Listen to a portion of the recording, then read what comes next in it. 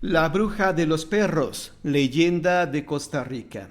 Allá por Escazú vivía una bruja que se había enamorado perdidamente de un joven muy guapo y elegante, que provenía de una familia adinerada y trabajadora, dedicada a los cultivos del café, maíz, arroz, frijoles, caña de azúcar y hortalizas. Esta bruja no era muy agraciada, era de baja estatura, de tez blanca, regordeta y cachetona, de nariz aguileña y tenía unos enormes y desconcertantes ojos color miel. Se vestía en forma extraña, usaba faldas largas, con trenzas en el pelo, ya que lo tenía muy largo, casi hasta las corvas. También se acompañaba de un sombrero de pico y andaba a pies descalzos.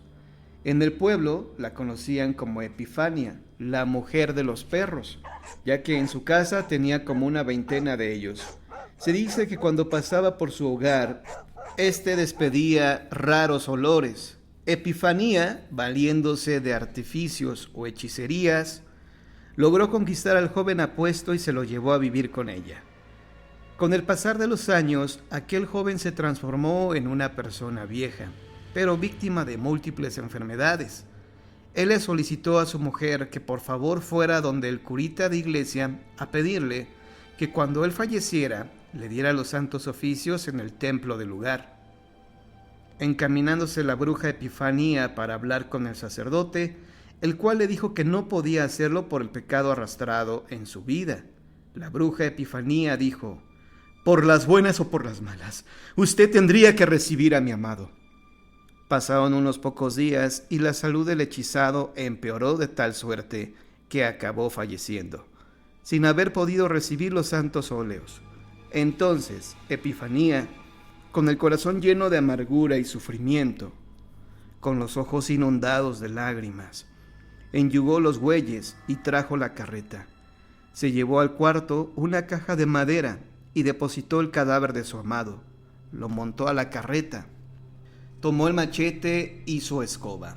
Agarró el látigo y picó a los bueyes, tomando un paso muy rápido con destino a la iglesia. Cuando llegaron a las puertas del templo, el sacerdote salió a su encuentro y les dijo a los bueyes: «En el nombre de Dios, paren». Los animales hicieron caso, mas la bruja Epifanía, en su desesperación, blasfemó contra lo sagrado. El sacerdote perdonó a los bueyes por haberle obedecido, pero en castigo por su blasfemia, la bruja Epifanía fue castigada y desde entonces vaga por los pueblos de Costa Rica, jalando la carreta que lleva el ataúd con el cadáver de su hombre.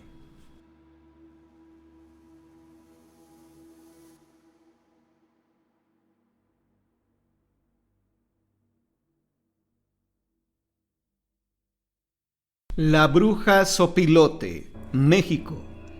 Cuentan que en los suburbios de la gran ciudad de México merodea a veces una bruja a la cual le gusta robar niños recién nacidos. Se le conoce como la bruja Sopilote porque muchas veces, después de cometer su fechoría, este ser maléfico se convierte en una de esas horribles aves carroñeras y se aleja por los aires, llevando al bebé entre sus poderosas garras. Los escépticos dicen que esto no es más que otra leyenda urbana. Sin embargo, tomamos el testimonio de la señora A, la cual tuvo un encuentro cercano con esta bruja. Vivimos en una unidad habitacional, en el último piso. Nuestro departamento da a la calle y encima de él solo está la azotea. Ese día no sé por qué, estuve muy inquieta. Ahora entiendo que fue un mal presentimiento, pero entonces no sabía yo la razón de mi ansiedad. Recuerdo que fui 1000 veces a ver a mi bebé de un mes de nacido para observar si respiraba. Mi esposo me dijo que tenía yo miedo de que falleciera de repente, como le pasa a muchas mamás primerizas. La cosa fue que esa noche hacía mucho calor, así que abrí la ventana y a la luz de la luna, que estaba muy clara, me pareció ver volar a un sopilote, lo cual es extraño, porque esas aves no aparecen mucho por aquí. Mi esposo había subido a la azotea a checar el tinaco, así que estaba sola en el departamento. Me senté en la cama para ver la televisión, con mi niño en brazos, arrullándolo para que se durmiera. De pronto, se fue la luz, y en ese mismo instante sentí que algo me arrebataba al niño. Por instinto yo extendí el brazo y logré detenerlo por el extremo de la cobija que lo envolvía, y lo jalé. El bebé comenzó a llorar. Quien fuera que me lo había arrebatado también tiraba de él hacia la ventana. Pero no había nadie ahí. Era como una fuerza invisible que quisiera quitármelo. Al mismo tiempo, percibí un olor horrible, como a carne podrida. Recordé entonces lo que una vecina me había contado de la bruja que se robaba a los niños. Me levanté de la cama, todavía sosteniendo la cobija, y vi que el bebé estaba como acostado en el aire. Me eché encima de él y lo abracé con todas mis fuerzas, rezando en voz alta un Ave María, porque siempre he sido muy devota de la Virgen de Guadalupe. Y creo que ella me ayudó, porque de pronto la fuerza aquella que lo había jalado desapareció, como si lo hubiese soltado de repente. Yo caí de espaldas, en la cama con mi niño muy pegado a mi pecho. También en ese instante volvió la luz, y el bebé dejó de llorar. El espantoso olor a podrido comenzó a disiparse hasta que desapareció. Unos 10 minutos después, entró mi esposo diciendo a que allá en la azotea un sopilote lo había atacado. Él había logrado darle con la barra que había usado para abrir el tinaco, y el pajarraco se alejó perdiéndose en la noche. Le conté lo que había pasado. Él se puso muy pálido y me abrazó, a mí y al niño, cada quien por nuestro lado. Nos habíamos enfrentado a la bruja sopilote. Al día siguiente, vino un sacerdote a bendecir la casa. Mucha gente me dice que estoy loca, que inventé todo esto. Pero los que han visto a la bruja convertirse en un sopilote saben muy bien que es real y que estoy diciendo la verdad. Sucedió en cierta parte de los Altos de Jalisco. Existía ahí la leyenda de que cuando nace un bebé, las brujas de alguna manera se enteran. Por lo tanto, se convierten en sopilotes y van a chuparles la sangre. Un día, una mujer llamada Rosa estaba tejiendo sentada en su patio, mientras su bebé, recién nacido, dormía en el interior. De pronto, el bebé comenzó a llorar. Rosa siguió tejiendo porque estaba haciendo una puntada difícil y quería terminar la vuelta. En ese momento, una vecina entró corriendo al patio y le avisó que había un sopilote del tejado. Al mismo tiempo, el bebé comenzó a llorar a gritos. Rosa aventó el tejido y entró corriendo a la casa, seguida por la vecina. Cuando llegaron al cuarto del bebé, cuya cunita estaba junto a la ventana, vieron que por esta entraba un hilo blanco que venía del tejado y caía en la carita del niño. A toda prisa Rosa se sacó las tijeras del delantal y cortó con ellas el hilo blanco. Entonces del hilo comenzó a brotar sangre y las mujeres escucharon unos fuertes aleteos. Se asomaron y vieron a un sopilote que se alejaba. Dicen que el hilo no era otra cosa que la lengua de la bruja, que ella utilizaba para extraer la sangre del bebé.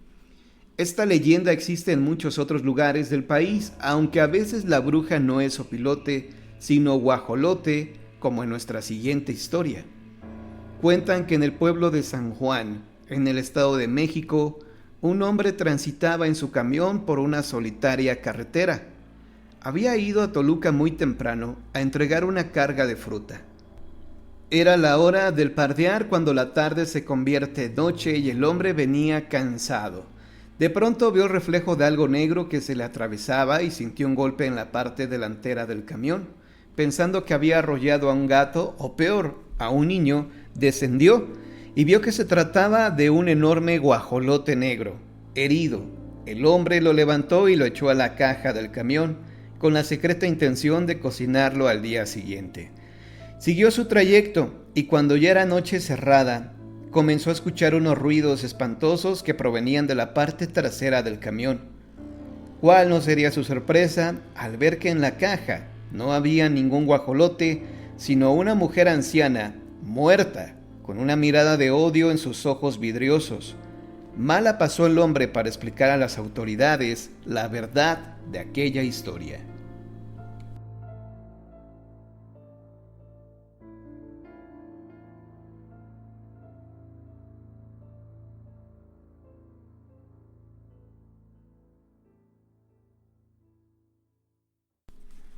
La esposa bruja, leyenda mazahua de México.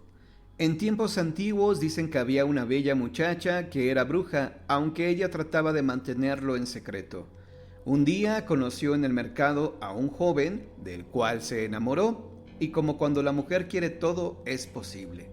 Y más siendo ella hechicera, pronto se celebraron las bodas, a pesar de que el muchacho había escuchado rumores de que su novia era bruja y una mala mujer. La pareja de recién casados se fue a vivir, según costumbre mazahua, a la casa de los padres del hombre.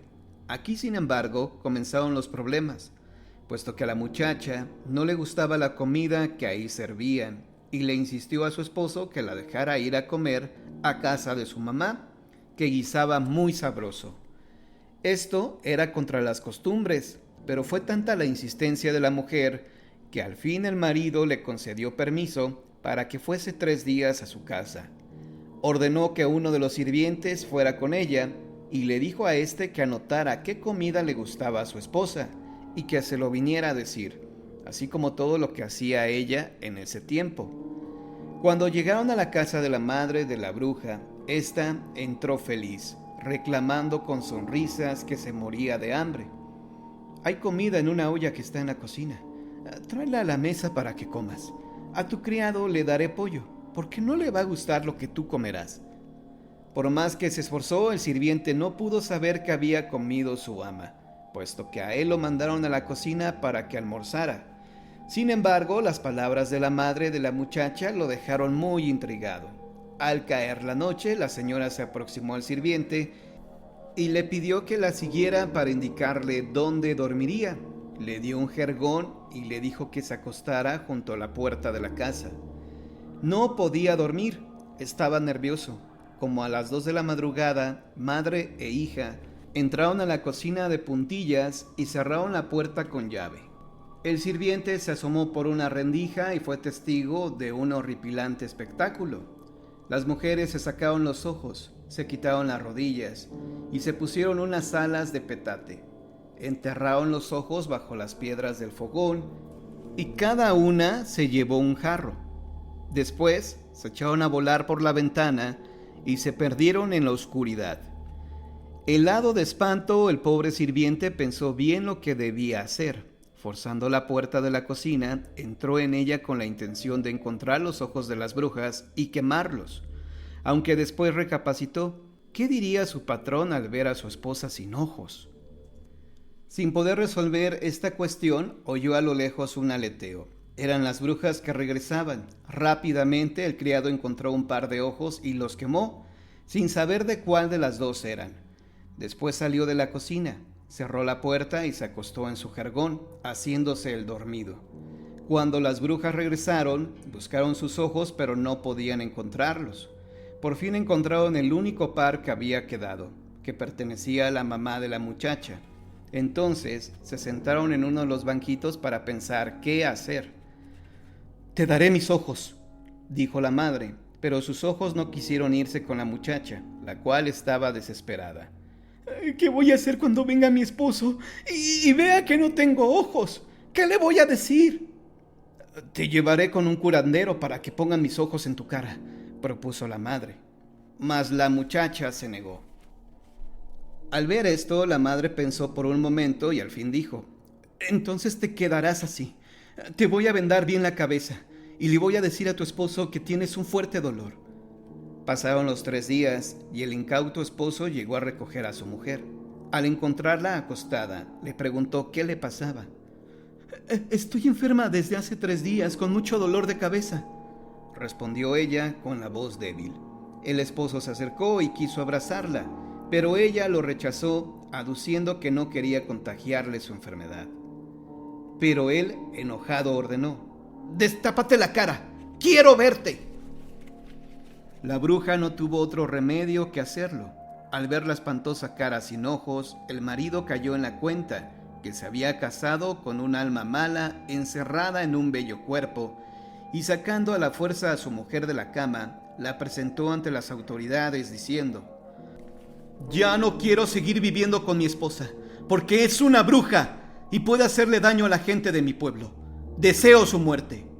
Las autoridades le concedieron esta terrible petición y el marido le prendió fuego a su esposa, quien en medio del tormento confesó que le robaba la sangre a los niños, la colectaba en un jarro y se la bebía.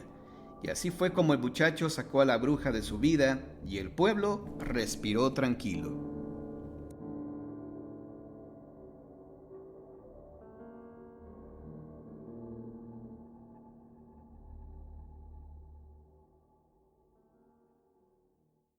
La palmera de las 7 cabezas, leyenda de Perú.